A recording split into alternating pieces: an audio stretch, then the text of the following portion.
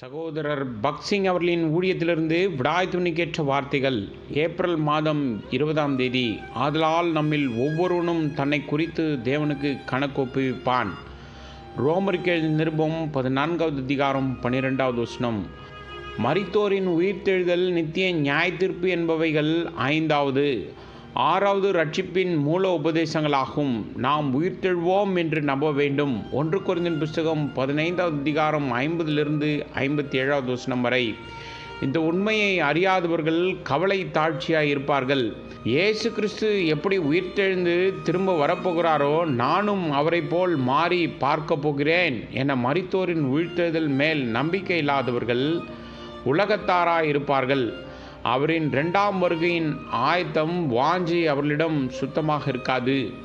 ஞாயிறு தோறும் கர்த்தரின் மேஜையில் பங்கு பெற்று நாம் அவருடைய நாளுக்காக ஆயத்தமாகின்றோம்.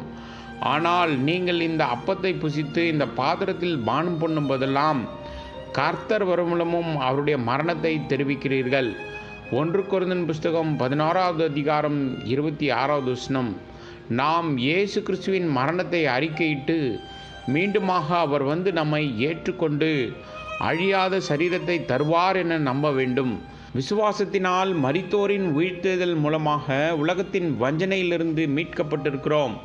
பூமியில் நாம் வாழ்ந்த வாழ்க்கைக்காக அவர் முன் நாம் கணக்கு ஒப்புவிக்க நிற்க வேண்டும். ஆதலால் நம்மில் ஒவ்வொருவனும் தன்னை குறித்து தேவனுக்கு கணக்கு ஒப்புவிப்பான். ரோமருக்கு எழுதிய நிருபம் 14வது அதிகாரம் 12வது வசனம். அதன் அர்த்தம், நம் செயலுக்காக வார்த்தைக்காக நாம் நிற்க வேண்டும். மனுஷர் பேசும் வீணான வார்த்தைகள் யாவும் குறித்து நியாயத்தீர்ப்பு நாளிலே கணக்கு ஒப்புவிக்க வேண்டும் என்று உங்களுக்கு சொல்கிறேன். என்றால் உன் வார்த்தைகளினாலே நீதிமான் என்று தீர்க்கப்படுவாய், அல்லது உன் வார்த்தைகளினாலே குற்றவாளி என்று தீர்க்கப்படுவாய் என்றார். மத்தேயு சுவிசேஷம் 12வது அதிகாரம் 36 மற்றும் 37வது வசனங்களில் நித்திய நியாய தீர்ப்பை நாம் விசுவாசித்தால் நம்முடைய வார்த்தைகளில் மிகவும் ஜாக்கிரதையாயிருப்போம். ஆம் என்றால் ஆம், இல்லை என்றால் இல்லை என்று காணப்பட வேண்டும். ஆனால் அநேக நேரங்களில் அர்த்தமற்று நாம் செயல்படுகின்றோம்.